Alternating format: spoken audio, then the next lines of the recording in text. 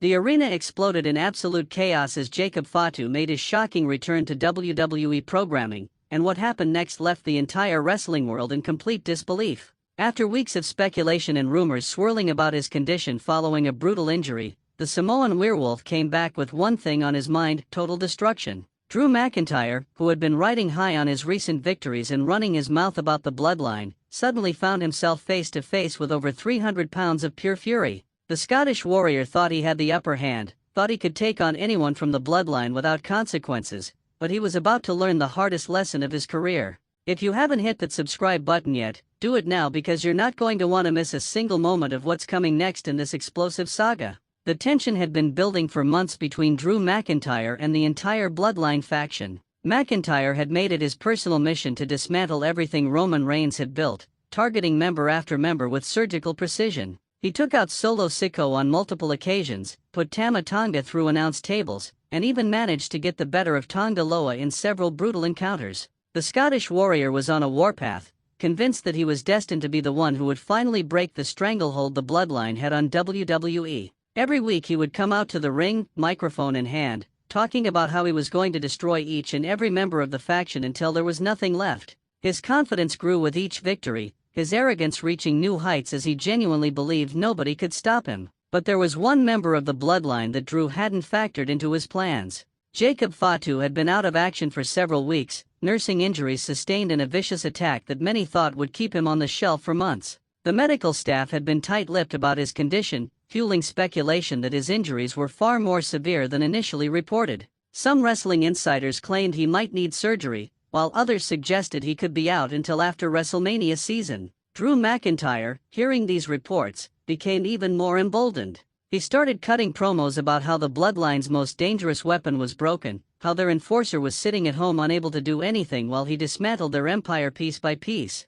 What nobody knew was that Jacob Fatu was healing faster than anyone expected. Behind closed doors, away from cameras and prying eyes, the Samoan werewolf was putting in work. He was training harder than ever, pushing his body to its limits, driven by one singular purpose: revenge. Every punch Drew McIntyre threw at his cousins, every table he put them through, every disrespectful word he uttered about the Bloodline was fuel to Fatu's fire. He watched every segment, studied every match, and waited for the perfect moment to strike. The anger built up inside him like a pressure cooker ready to explode, and when WWE announced the War Games match, Fatu knew exactly when he would make his presence felt. The War Games event itself was already shaping up to be one of the most anticipated shows of the year. Two rings side by side, surrounded by a massive steel cage, with nowhere to run and nowhere to hide. The match stipulation meant chaos, violence, and career-defining moments. Drew McIntyre was scheduled to be part of a team facing off against the Bloodline,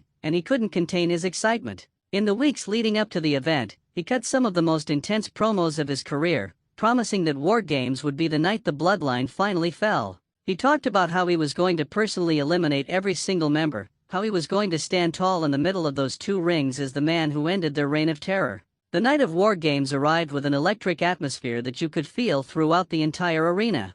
Thousands of fans packed into the venue, knowing they were about to witness something special. The War Games structure loomed over the rings like a dark omen, its steel walls reflecting the lights as anticipation built to a fever pitch. When Drew McIntyre's music hit and he made his entrance, the crowd gave him a massive reaction. He walked down that ramp with supreme confidence, his eyes locked on the cage, a slight smirk on his face as if he already knew how the night would end. He entered the structure, pacing back and forth like a caged animal ready to hunt. The Bloodline members entered one by one, each receiving their own unique reaction from the crowd. Solo Sikoa led the charge with his intimidating presence, followed by Tama Tonga and Tonga Loa, all business and ready for war. The match began with controlled chaos, bodies flying everywhere, steel meeting flesh and sickening thuds that echoed throughout the arena. Drew McIntyre was in his element, throwing devastating strikes, hitting claymores, and dominating multiple Bloodline members at once. For 20 brutal minutes, the match raged on with momentum swinging back and forth.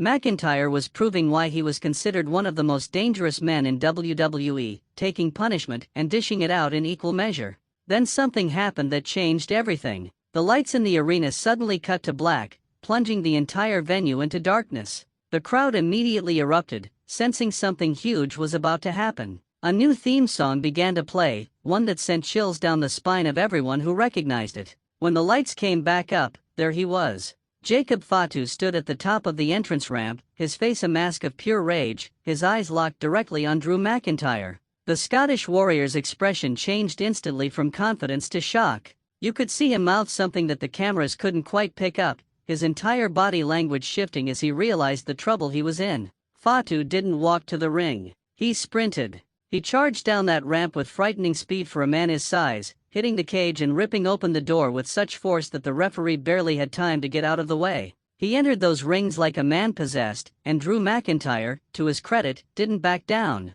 He met Fatu head-on with a series of strikes, but it was like punching a brick wall.